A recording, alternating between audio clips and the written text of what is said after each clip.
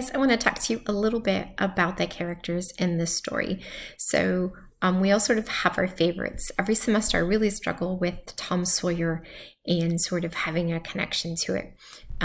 I sort of try to attach myself to Aunt Polly as I'm a parent. But, we all kind of have our favorites. And Little Women is one of those that I read when I was a young girl, and I still love today. But if we talk about Jo a little bit, she's been portrayed in the films as this protagonist and the one that we really want to invest in. And so she's this rebellious girl. She doesn't fit the stereotypical image, right? We see her wanting independence and what that means in the context of her time period. Her sister Meg is this sort of more conforming to societal norms. We see her struggle with being herself and wanting to be like others, or wanting more in her social status and in material possessions when she goes to that party with that family. Beth is really portrayed as this saint or an angel, having pretty much these perfect qualities.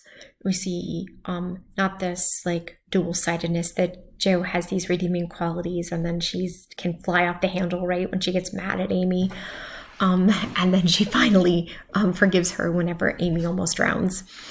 Marmee is this, that I would say a typical mother who wants the best for her children, but during this time period, it might have been odd that she wants more for her daughters than just finding a good husband.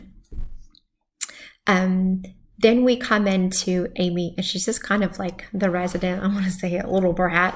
She's the youngest, she's babied, she's spoiled. She exhibits some of those spoiled behaviors. And then Laurie is Jo's friend. He's a wealthy neighbor. He kind of represents everything that you should want. And then we enter into this love triangle.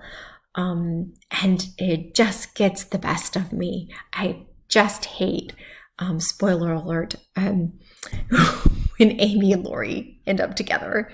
But I guess it shows that progression of growing up, right?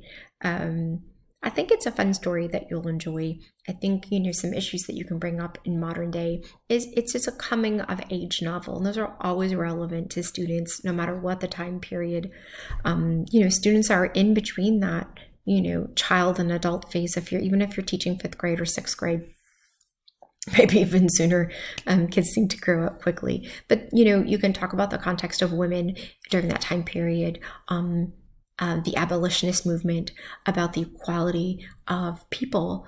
I think, they're pretty cool issues, and the characters themselves, we can have qualities that we can probably identify with. So I hope you enjoy it, and I will talk to you soon.